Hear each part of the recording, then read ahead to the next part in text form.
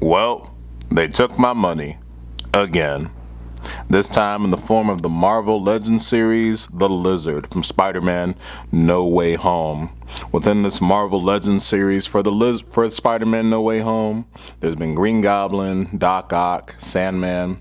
They recently did Electro, which I have the box for that one right here. There's a review for this one. Here we go. Previously on the channel. It's not in the box anymore, but you can see the comparison. But now we have his fellow villain counterpart from the Amazing Spider-Man universe with the Lizard, Dr. Curt Connors. There's kind of a glare. That's kind of based on when I'm recording this, but it'll look a little better once I take it out of the box. But yeah, this is Dr. Curt Connors in his Lizard form as he appeared in Spider-Man No Way Home. He was one of the 5 villains, or technically 6 if you want to count Venom, that appeared, part of that almost Sinister Six group that we got. You see that, it's based on his appearance from the movie, which is different from the kind of the classic looking snout lizard. I know there's been some complaints about his look, and I have complaints also, but it is what it is. I get why they didn't heavily redesign him for No Way Home, as they wanted him to, keep kind of a continuity with his Amazing Spider-Man version that we saw in that design. But we'll see that more of that when we open out of the box. The funny thing about this, though, this No Way Home Lizard, is that this is an Amazon exclusive. And I was doing research on it after getting Electro a few weeks ago. I wanted to see about the Lizard, where I could expect that in stores. And I saw that you have to get it off Amazon. Thankfully, I was able to use my Amazon reward points and get it. So I'm assuming the selling price is kind of similar to what it was for Electro, which is $39 selling price, which was crazy. Thankfully for Electro, I was able to get a discount on that one. But this Lizard does look pretty big, as it should be, as Lizard is definitely had more heft and height to him than any of the Spider-Man that he battled in Amazing Spider-Man and Spider-Man No Way Home. So with that in mind, well, let's take a look, see artwork of the Lizard. You can see the back. The description says, Dr. Connors is back in reptilian form, ready to take on Spider-Man. Simple and to the point. There we have the Lizard. So again, this actually is going to be a pretty big figure just looking at it from in the box. So I'm going to take it out and we'll see what exactly we got going on here with Dr. Curt Connors, aka the Lizard.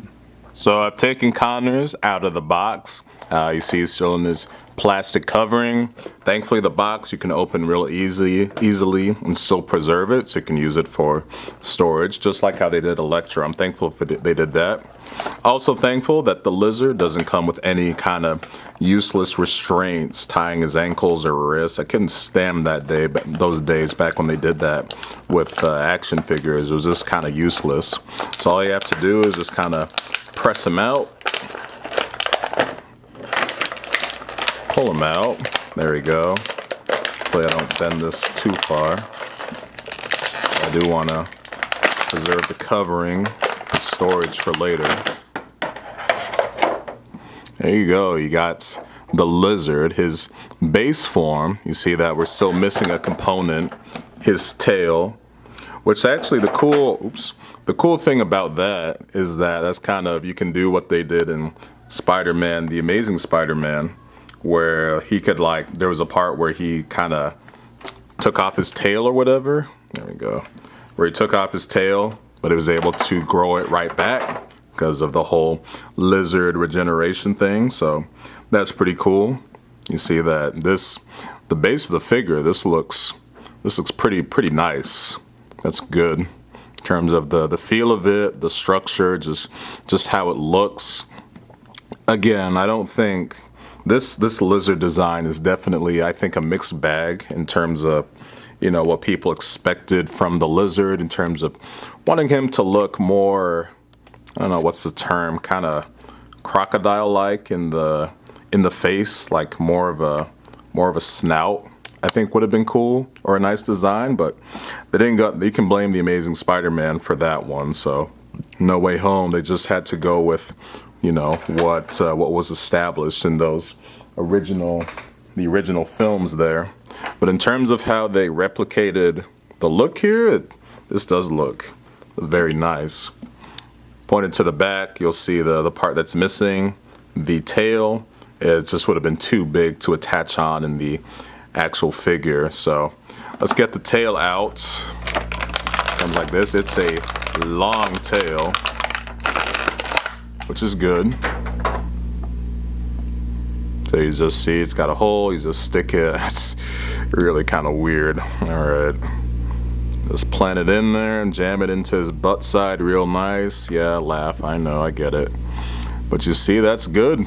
The tail, it's not like super hardened. It is flexible, although you can't really do too much because it'll just end up bending into shape, back into shape, but that's fine. It is a long tail though. I mean, look at that. It's pretty long. You could go from almost, well, it's basically one full box length. So that is a long tail, but that's good because it's movie accurate and does make him seem more like a monster Dr. Connors. So that's good. So in terms of how it looks, like you see in the face, if I can zoom in a little bit better.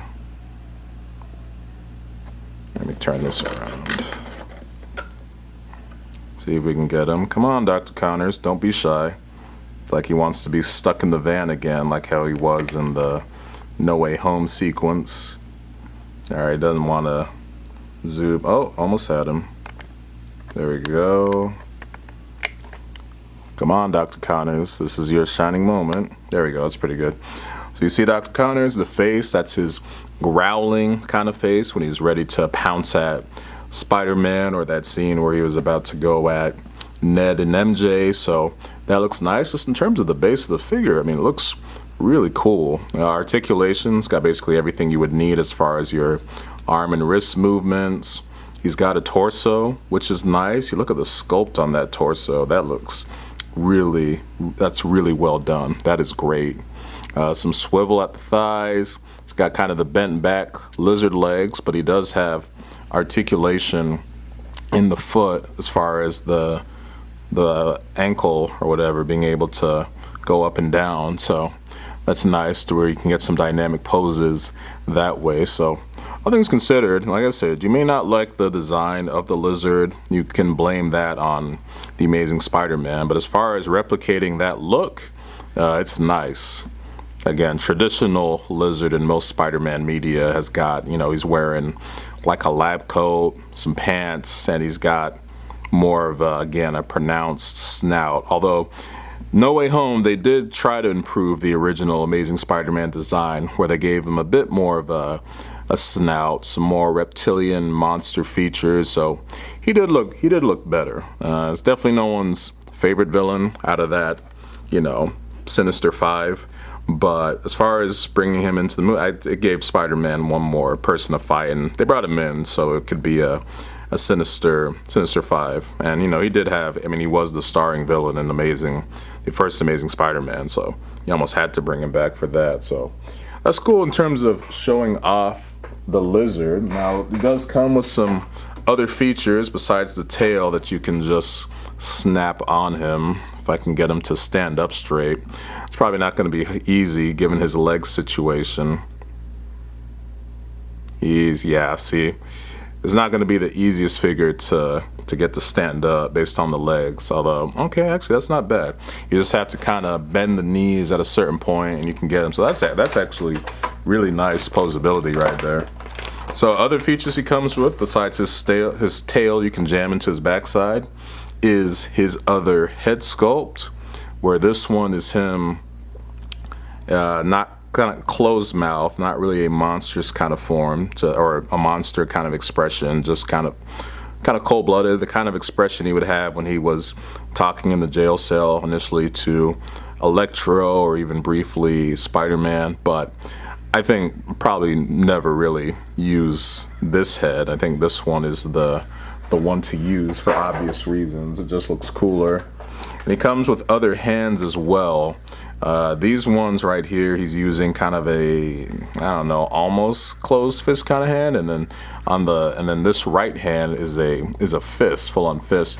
Comes with some other hands. You see these are kind of more I guess, monstrous in terms of like him clawing at you. It's kind of similar to this one that he has right here. I'm not going to bother taking those out because it's not really worth it. I think I would change the hand on this one just because him with a closed fist isn't really what you want for the lizard. So fine, I got convinced. I'll change my mind. I'll take out this fist hand because I don't think I'll ever really use this for a display.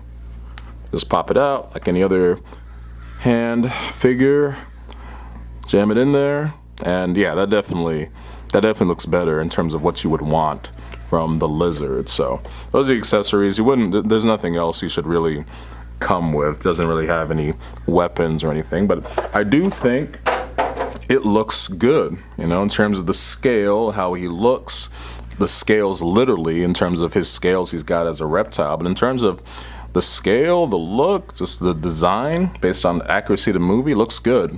To get some further perspective on the actual scale, you're gonna have to, of course, have Spider-Man. The 616 universe Spider-Man from the Marvel Cinematic Universe. You see that he scales pretty well, from the front I would say yes. It's when I get a side view that I think, well, I actually think maybe this could have been a little bigger. I mean, he's bigger than Spider-Man, which he should be, and this scales decently with that. I almost feel like maybe I'm remembering wrong, that maybe he should be a little bit bigger. Because if you were to get an Amazing Spider-Man figure, which from this guy's universe, that would definitely have to be taller, and I almost feel like that's too tall for scaling with the lizard. It's not egregious. It gets the job done as far as, you know, the basic things you would want.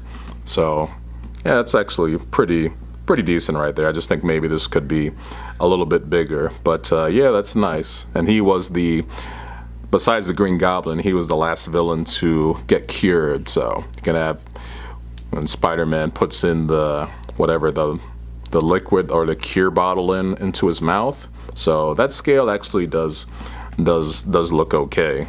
Again, in terms of just his look, that does, in terms of the scale, well, in terms of just the monstrous features, that does look nice.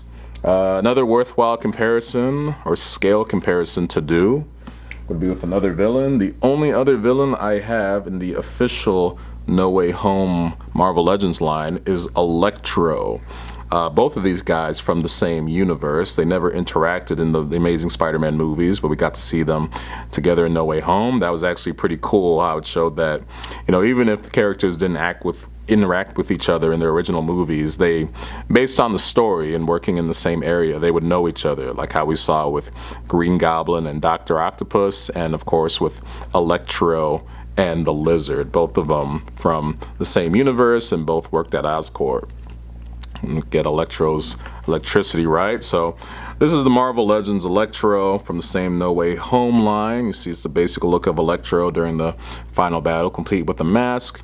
And you see that these two together, that scale looks pretty good. I actually think it looks better than or more accurate looking than the one with him and Spider-Man. So, and this scale's fine with Spider-Man. So maybe my mind's just playing tricks on me, but there are the two guys from the Amazing Spider-Man universe, the two villains of the Sinister Five. So that scaling is nice.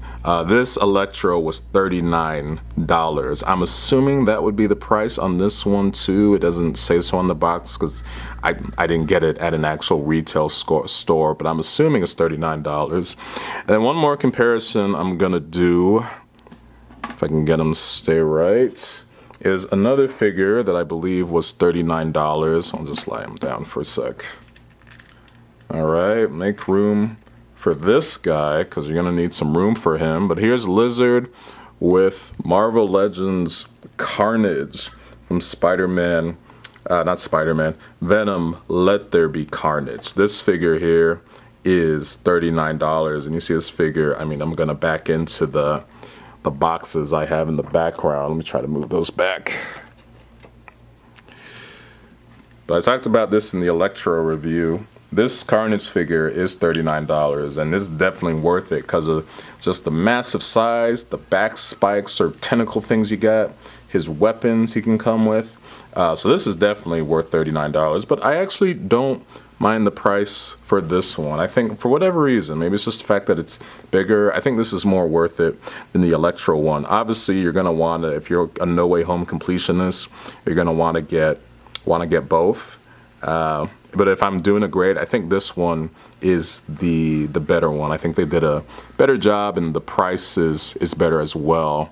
I didn't even show off that feature. You can attach the tail and you can move it up and down. So that looks pretty cool. So again, him scaling with Spider-Man, not bad at all. Also forgot that scene where when Spider-Man's battling Green Goblin, where Lizard comes back and says, I told you there'd be consequences, and throws him back in there. So there you go with the Lizard. So not bad. I actually would recommend this. I actually